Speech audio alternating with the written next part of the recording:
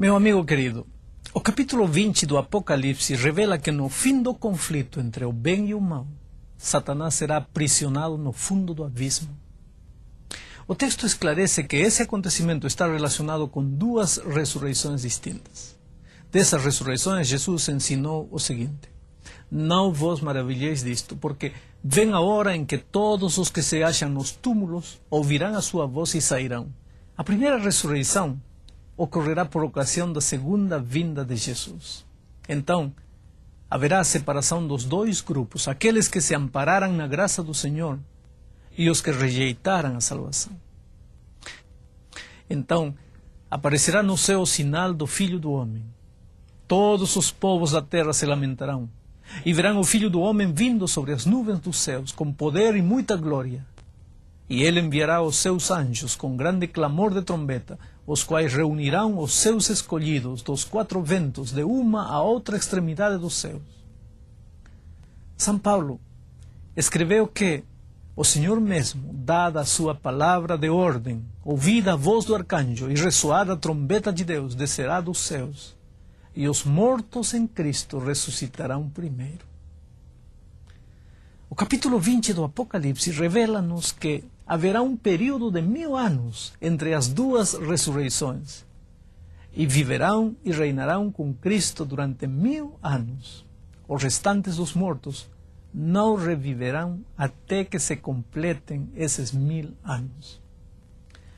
Agora a pergunta: e onde estarão os fiéis durante todos esses 1000 anos? Quase ao final de seu ministério terrestre, nosso Senhor Jesus Cristo prometeu o seguinte: na casa do meu Pai há muitas moradas. Se assim não fora, eu vos teria dito, pois vou preparar-vos lugar. E quando eu for e vos preparar lugar, voltarei e vos receberei para mim mesmo, para que onde eu estou, estejais vós também. E São Paulo acrescenta que os fiéis ressuscitados se ajuntarão aos salvos vivos. Depois nós, os que ficarmos, seremos arrebatados juntamente com ele entre as nuvens para o encontro do nosso Senhor nos ares, e assim estaremos para sempre com o Senhor. E que faremos no céu durante todos esses 1000 anos? Vi também tronos, e nestes sentaram-se aqueles aos quais foi dada a autoridade de julgar. Viveram e reinaram com Cristo durante 1000 anos. Querido, durante esse julgamento, que poderíamos chamar comprovação, afirmaremos a nossa confiança na justiça de Deus, ao entender coisas que hoje ignoramos, pelas quais Deus determinará que uns se salvem e outros não. Por exemplo, hoje eu posso ver uma pessoa maravilhosa e de repente quando chego ao céu descubro que ela não está lá. E hoje, na minha opinião, uma pessoa pode parecer má, mas quando chego lá me dou com a surpresa que ela está lá. Durante esses 1000 anos, nós teremos a oportunidade de revisar os livros e de ver que aquilo que nós achávamos nesta terra era completamente diferente, porque podíamos ver os rostos, mas não podíamos ver o coração. E São Paulo nos diz, inclusive, que julgaremos aos anjos maus.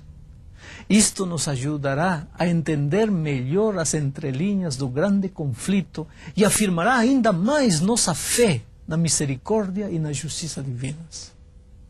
A Bíblia diz que os ímpios vivos serão destruídos por ocasião da segunda vinda de Jesus. Diz que o mesmo Senhor os destruirá pelo sopro da sua boca. Assim todos os que rejeitaram a salvação estarão mortos. Os salvos no céu estarão com Jesus.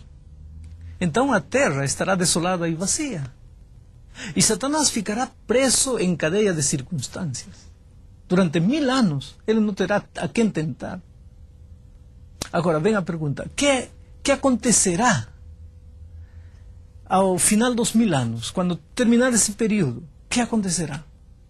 O capítulo seguinte do Apocalipse nos responde: vi também a cidade santa, a nova Jerusalém, que descia do céu, da parte de Deus, ataviada como noiva adornada para o seu esposo. Nesse mesmo tempo, os ímpios mortos ressuscitarão. No momento em que a cidade começa a descer, os mortos ímpios ressuscitarão. E os restantes dos mortos não reviverão até que se completem esses 1000 anos. Quando, porém, se completarem os 1000 anos, Satanás será solto da sua prisão. Marcharão então pela superfície da terra e sitiarão o acampamento dos santos e a cidade querida. Desceu, porém, fogo do céu e os consumiu. É isso que Apocalipse 29 diz. Ocorrerá então a segunda morte, o fim do mal, o fim de todo o pecado. Em contraste, os remidos não participarão desse castigo. Bem-aventurado e santo é aquele que tem parte na primeira ressurreição. Sobre esses, a segunda morte não tem autoridade. São para eles todas as promessas do Apocalipse. São Pedro revela: nós, porém, segundo a sua promessa, esperamos novos céus e nova terra, nos quais habita a justiça. Nosso próximo tema será as promessas do Apocalipse. Oremos ao nosso Deus para que, pela graça de Cristo, alcancemos essas promessas de salvação, paz e vida eterna. Agora, faço um resumo. Por ocasião da segunda vinda de Cristo, os mortos em Cristo ressuscitarão. Se juntarão esses mortos em Cristo ressuscitados com o grupo dos que estavam vivos e que viveram uma vida de comunhão com Cristo.